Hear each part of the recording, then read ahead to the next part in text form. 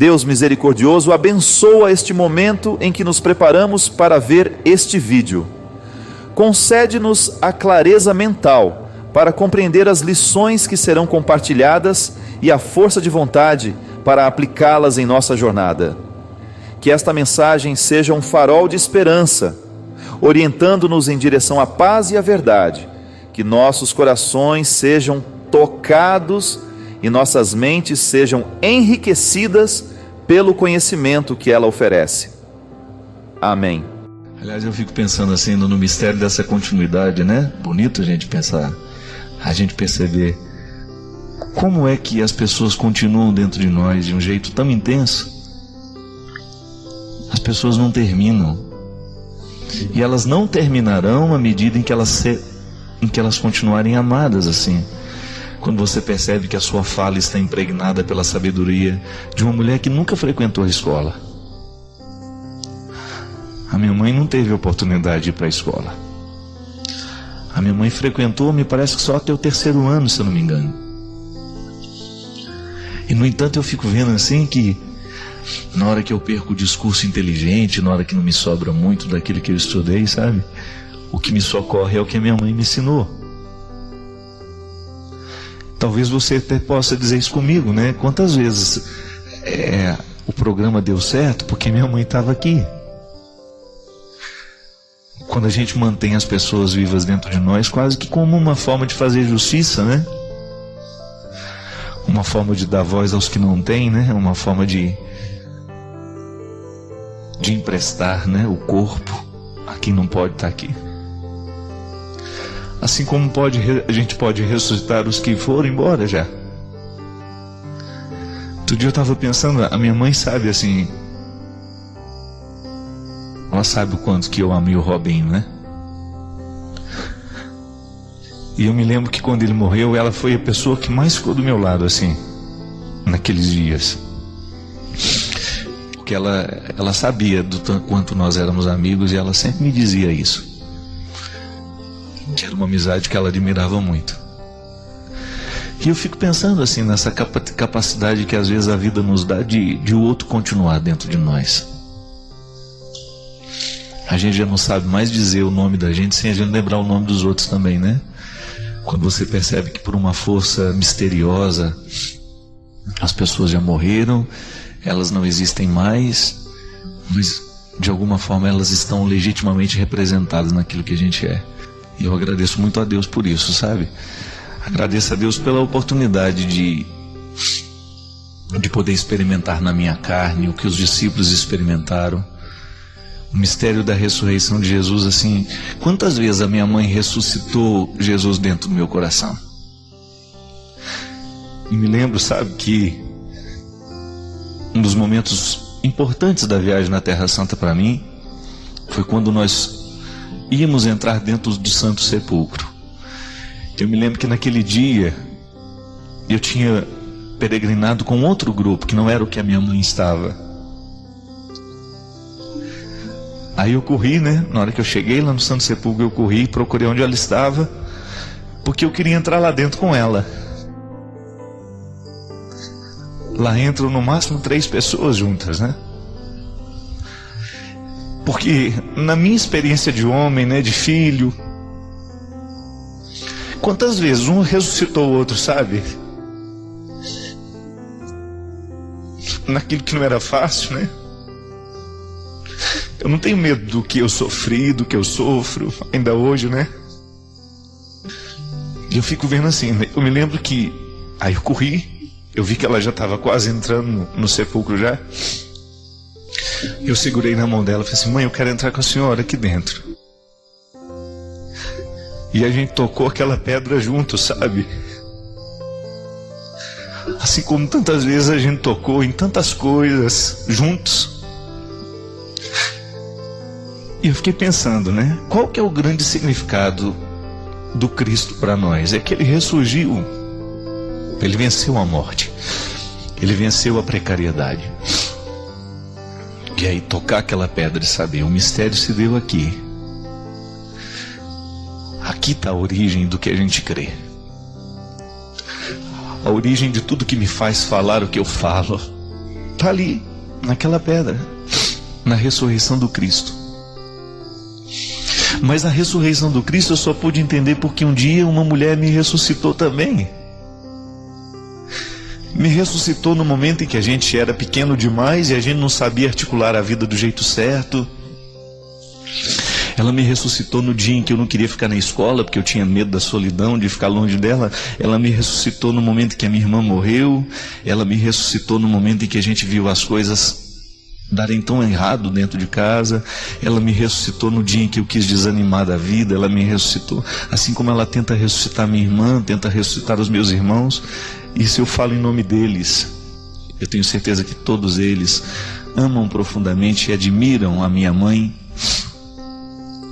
E essa é a beleza da vida, né? Entrar ali naquele santo sepulcro com a mulher que me ensinou tudo o que eu sei sobre a ressurreição. Não porque me fez ler nos livros, mas porque me emprestou a ressurreição na sua capacidade de ser mulher, de ser mãe, de me gerar de novo. Eu acho que vocês que são mães, vocês têm o poder de nos gerar de novo a vida inteira. Que às vezes a gente precisa nascer de novo. Não são poucas as vezes na vida que a gente precisa nascer de novo. E nascer de novo às vezes é tão duro, né? É tão difícil. Eu vejo lá com a minha irmã. Por mais que você olhe para ela e diga: o que está acontecendo, né? Para não querer viver mais, para atentar contra a própria vida. É tão difícil nascer de novo. Às vezes a gente tem a resposta fácil para a gente, mas não cabe no outro. E quase que ter que trazer para o ventre de novo. Ter que trazer para o ventre. É como perder um filho, né? O desejo parece que é, diante do filho morto, colocá-lo dentro da barriga de novo, para ver se a vida volta. São poucas as vezes, minha gente, em que nós estamos assim também. A vida parece que escapando de nós.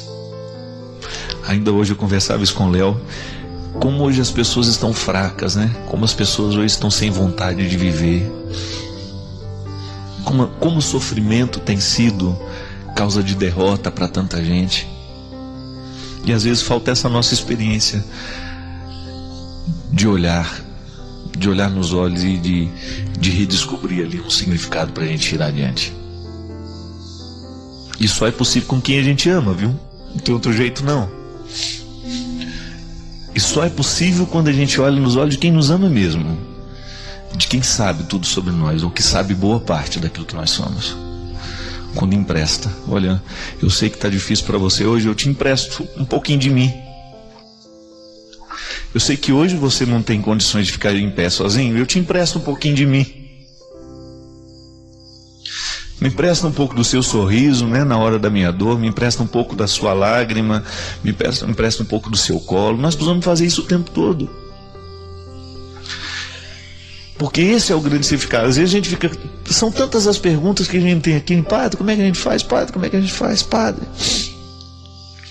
Às vezes o segredo é simples, mas é por ser simples demais que às vezes a gente não entende, que nós queremos coisas muito complicadas.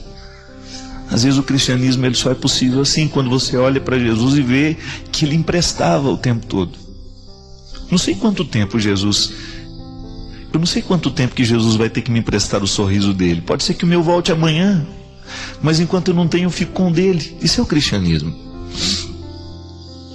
Eu não sei quanto tempo eu vou precisar da esperança de Jesus. Pode ser que amanhã a minha volte, eu devolvo a dele. Mas isso é o significado mais bonito. Jesus olhava as pessoas e emprestavam para ela o que faltava. Assim como na vizinhança, né? Nas vizinhanças mais próximas: me empresta uma colherzinha de açúcar para eu terminar de adoçar o café aqui. Me empresta uma colherzinha de sal, senão não tem como terminar o almoço. Quantas vezes eu ouvi isso lá em casa? As vizinhas, a minha mãe com as comadres, uma emprestando para outra o tempero que faltava para terminar o almoço. Só que às vezes, minha gente, os temperos que nós precisamos são outros hoje. Hoje, às vezes, o que falta no nosso armário não é material. Hoje o que falta dentro das nossas panelas muitas vezes não é a comida. O que falta na nossa vida não é o material só. Mas aí a gente não sabe a quem pedir. Muitas vezes nós temos até liberdade de pedir materialmente alguma coisa a alguém, mas quando isso entra no campo do espiritual, daquilo que os nossos olhos não podem enxergar, fica difícil. Como é que você vai chegar para alguém e falar: olha, me empresta a sua casa para hoje eu entrar e eu ficar aí quietinho com vocês? Assim como eu fiz essa semana, dei uma fugidinha, que eu precisava de uma casa, uma família, e fui onde eu sei que eu tenho. Não que na minha casa eu não tenha, porque ficava longe de onde eu estava. Mas quando você vai, para você ser mais um, quando você percebe que você está precisando ali de que alguém empreste para você um pouco de fraternidade, e você não está tendo, busca. Às vezes as nossas necessidades são mínimas. Às vezes você fica aí no canto, né, na sua vida, no seu sofrimento, também perdendo a vontade de viver, assim como a minha irmã, e de repente você precisa só que alguém lhe empreste um sorriso, que alguém lhe empreste uma generosidade, que alguém lhe estenda a mão. É o que Jesus fazia. E nisso estava o senhorio dele, e nisso estava a sua capacidade de arrebanhar as multidões. E nisso cai por terra todo o poder de denominação religiosa, porque no fundo o que sobra é gente. Não importa se somos católicos, não importa se somos espíritas, evangélicos, budistas, ateus, o que sobra depois de tudo isso é gente, é coração sofrido, é coração machucado, é coração que precisa de atenção, é coração doente, coração solitário, que sofre das piores vergonhas. Às vezes a gente precisa de algumas coisas que a gente tem até vergonha de pedir. Eu sei. Às vezes o que você precisa na vida é tão pequeno que você tem vergonha de pedir. Mas aí quem sabe seja a hora de nós então modificarmos o nosso jeito de olhar para as coisas, para as pessoas. Se eu esquecer o que Jesus me ensina, se eu esquecer o que Jesus me faz crer, se eu esquecer o que a dona Ana me ensinou a respeito dele, se eu retirar a pedra daquele santo sepulcro, se eu esquecer o que aconteceu ali, eu não tenho nada, absolutamente nada de novo para inventar, para dizer e para solucionar aqui, para propor, não. Agora, quando a gente olha para Jesus e a gente descobre que Ele tem uma capacidade imensa de nos emprestar sentido, aí então a gente descobre o sentido que nos falta. Porque se Ele tem e eu posso ter, a partir do que Ele me oferece, a minha missão de padre é a sua de padre. Eu sei que tantos padres nos assistem. É a sua missão de religiosa, é a sua missão de cristã. A possibilidade de você aproximar-se de alguém que não tem aquilo que você tem. Então hoje eu estou cheio de esperanças, eu estou cheio de alegria. Eu me aproximo de quem não tem e empresto. Mas não é aquele empréstimo que a gente pega de volta, não. É o empréstimo porque é mútuo, né? Assim como eu estou dando alguma coisa, eu também estou recebendo. E nisso está aquilo que eu falava. A gente continua nas pessoas, a gente não termina, não. A gente não termina. A gente vai assim, como se fosse um exercício de continuidade. A gente vai na ponte. Pessoas são como pontes, viu? As pessoas representam na nossa vida o mesmo que as pontes representam nas estradas. Existem algumas estradas que a gente só pode continuar porque houve uma ponte para nos levar adiante. Existem estradas e lugares que só poderão ser conhecidos se a gente atravessar a ponte que nos separa. Eu me lembro que um dos maiores medos que eu tive na minha vida, minha gente, era uma ponte de ferro. Sabe essas pontes de estrada ferroviária que cortam as cidades muitas vezes? Uma que tem lá em Formiga até hoje. E eu não tenho vergonha de falar que eu tenho medo até hoje da ponte. Porque aquela ponte, ela era famosa por ser perigosa. Ela ficava sobre o rio Formiga, ali na região da Vargem Grande, e ali o trem passava. Então se a gente fosse pego no meio daquela ponte no momento que o trem passava, meu Deus do céu. E eu tinha muito medo daquela ponte. Tanto é que o outro lado do asfalto, o outro lado da ponte, Era um lugar que para mim era fascinante, porque era um lugar que eu nunca tinha ido. Eu me recordo que a primeira vez que os meus irmãos me pegaram no colo, eu me lembro que foi o Camilo que estava comigo. Ele ia muito naquela região, para ir na casa do Mazinho, um amigo dele lá. Quando ele me colocou no colo, estava ele, mais um monte de amigos dele, mais alguns meus. Ele me fez atravessar a ponte, mas ele me levou no colo. E eu olhava para baixo, aquele medo, aquele pavor de olhar aqueles vãos, né? A ponte de ferro, ela é cheia de vãos, e aquelas toras de madeiras por onde passa, em cima vai o trilho. Se o meu irmão não tivesse me colocado no colo, eu jamais teria tido coragem de atravessar. Por isso eu digo, pessoas são como pontes, que nos ajudam a atravessar, que nos ajudam a superar o medo, que nos ajuda a ir adiante. Pode ser que em muitos momentos da sua estrada você não vá adiante porque você tem medo da ponte. Não tenha medo.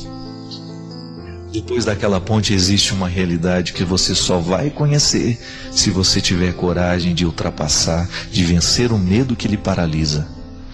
Medos muitas vezes têm o poder de nos paralisar. Mas a ponte está ali. E enquanto você temê-la, você não vai conseguir chegar do outro lado. Então não tenha medo. Desafie-se a chegar lá. Há muitos lugares que estão preparados e reservados para você.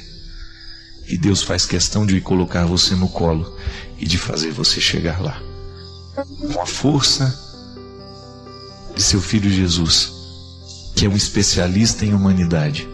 Jesus é especialista em humanidade. Jesus é especialista em atravessar pontes perigosas.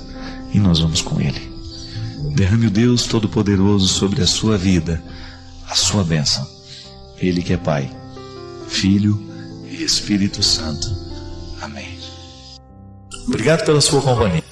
Derrame sobre nós a bênção do Deus Todo-Poderoso. Ele que é Pai, Filho e Espírito Santo. Sua opinião é importante para nós. Comente abaixo. Inscreva-se para mais conteúdo enriquecedor e ajude-nos a espalhar essas mensagens positivas compartilhando este vídeo.